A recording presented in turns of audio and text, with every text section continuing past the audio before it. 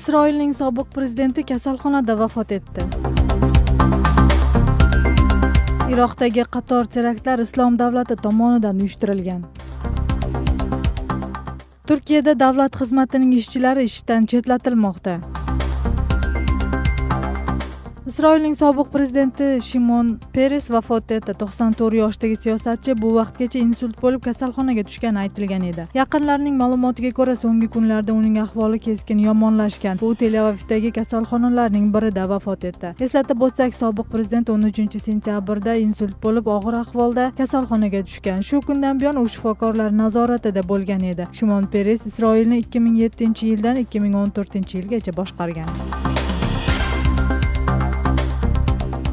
O'tgan sutkada Bag'dodda sodir bo'lgan terakt Islom davlati jangarilar guruhi tomonidan uyushtirilgani ma'lum bo'ldi. Voqea Al-Jadida rayonida bo'lib, xudkushning portlatishidan 17 kishi qurbon bo'ldi. Bundan tashqari 50 dan ortig'i jarohatlangani aytilmoqda. Ayni shu vaqtda yana bir qo'poruvchilik Baye hududida sodir bo'lgan. Hukumatning bildiruviga ko'ra, bu portlashlarni Islom davlati o'z zimmasiga olgan. Ta'kidlab o'tsak, o'lka hududida bir qancha vaqtdan buyon mazkur terrorchilar guruhi faol harakat qilmoqda.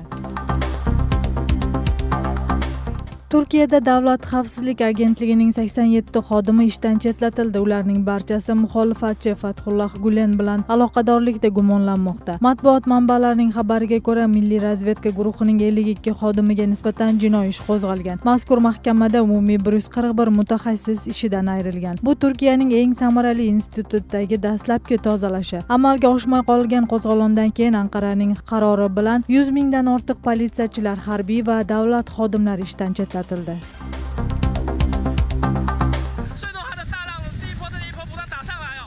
Tayvanda navbatdagi tayfun xavf solmoqda.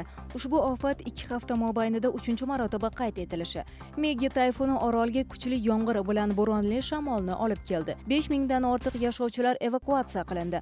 Ofat natijasida 20 kishi jarohat oldi. Shuningdek, 200 mingdan ortiq turar joylar elektr yorug'isiz qoldi. Yuzlab havo reyslar to'xtatilib, avtomashina va temir yo'l bekatlari yopildi. Xavfsiz joylardagi yashovchilarga yordam ko'rsatish uchun askarlar jalb qilindi. Ta'kidlab o'tsak, bunga qadar tayfundan 30 kishi halok bo'lib, millionlab uylar elektr yorug'isiz qolgan edi. Mahalliy yashovchilarning aytishicha, yil sayin shunday paytda tayfun mavsumi boshlanadi va ko'plab zararlarga olib keladi.